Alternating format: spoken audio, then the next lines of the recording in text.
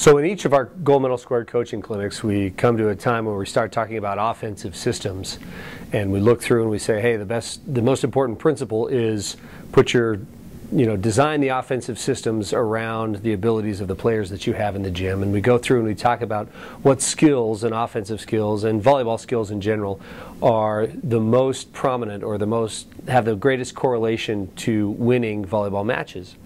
And we come away with these answers almost universally is you've got to be able to pass, you've got to be able to serve, and then from there the men's game and the women's game somewhat diverge. And so left side attack turns out to be a very important skill in both the men's and women's volleyball. But in men's volleyball, due to substitution requirements, your outside hitters have to be able to pass. In women's volleyball, they don't necessarily have to be able to pass. You could have a left side hitter that was not such a good passer, hide her, but just let her go attack on the left side. And so in men's and women's volleyball, serving is important, passing is important, and left side attacking is important. And when we do this player draft, we say, all right, if you could choose any of the players that you wanted in your gym, who would be the most important players that you would select by position and organize it by position on your team? And so we talk about the fact that, hey, the game is played serving and passing, and then it's played high left side, that the ball gets set to the left side a lot, and it's easy to set the ball to the left side a lot. And it's not always easy to necessarily set the middle of the court or set the right side. And so if you've got a good, big, tall player, we talk about the fact that we don't want you to just necessarily say, oh, you're tall, you're going to block a lot of balls, go be a middle. Because blocking, as it turns out, is the least correlative skill to winning volleyball matches. And so we encourage coaches to go, hey, try out those big, tall players on the left side. See if you can turn them into outside hitters.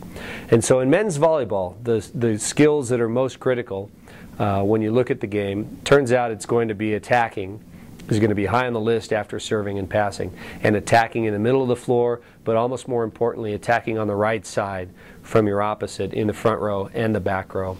And so as we draft players in men's volleyball, we're going to draft, we say, hey, our most important players are our outsides. They're going to pass, they're going to have to hit a lot of balls in transition and in serve-receive on the left side. And so our two outside hitter positions become very important. From there, we talk about the fact that an opposite is going to get a ton of swings and going to have to hit a lot of big swings for our team. And so they've got to be an important part of our team. So it's probably outside, outside, opposite.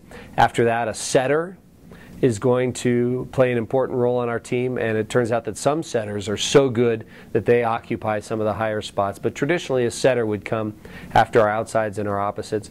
Then probably a libero would be an important part of our team because they're going to pass a lot of balls. In men's volleyball, they don't serve, so they don't influence that part. And then what's left over are kind of our middle blockers. And even though they may be very, very good and attack very efficiently, we don't get to set them nearly as much as we get to set our outsides and our opposite. And so they don't have as big an influence on the match as our outsides and our opposite do. And so we want our skill, if possible, to be placed in these premium positions. Outside hitters, opposites, setters, and then from there, liberos and middles.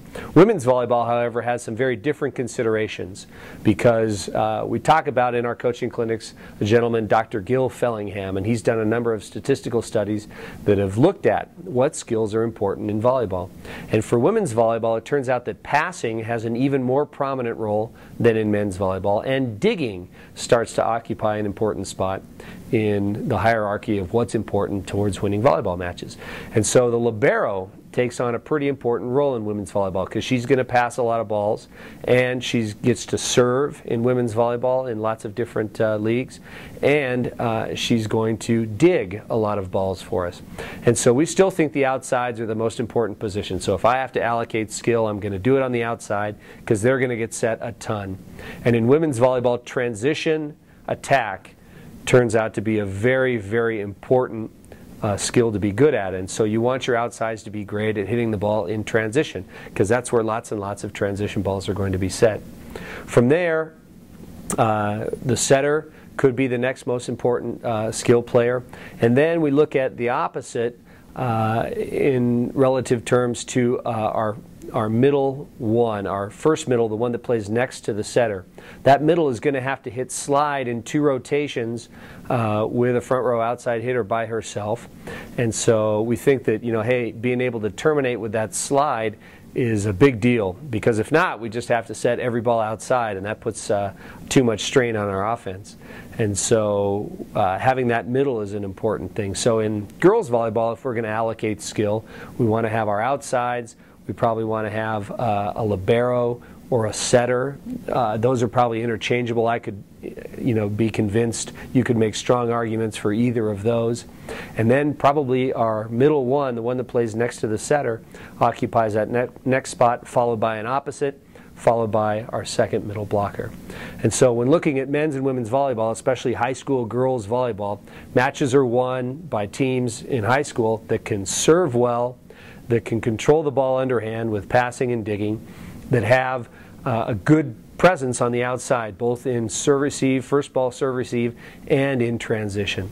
And so that's where we want to allocate our resources. And then there's that little kind of catch with the middle that plays next to the setter, our middle one, that is going to have to run a lot of slide and be good at it. And so we kind of bump her up in terms of importance as well.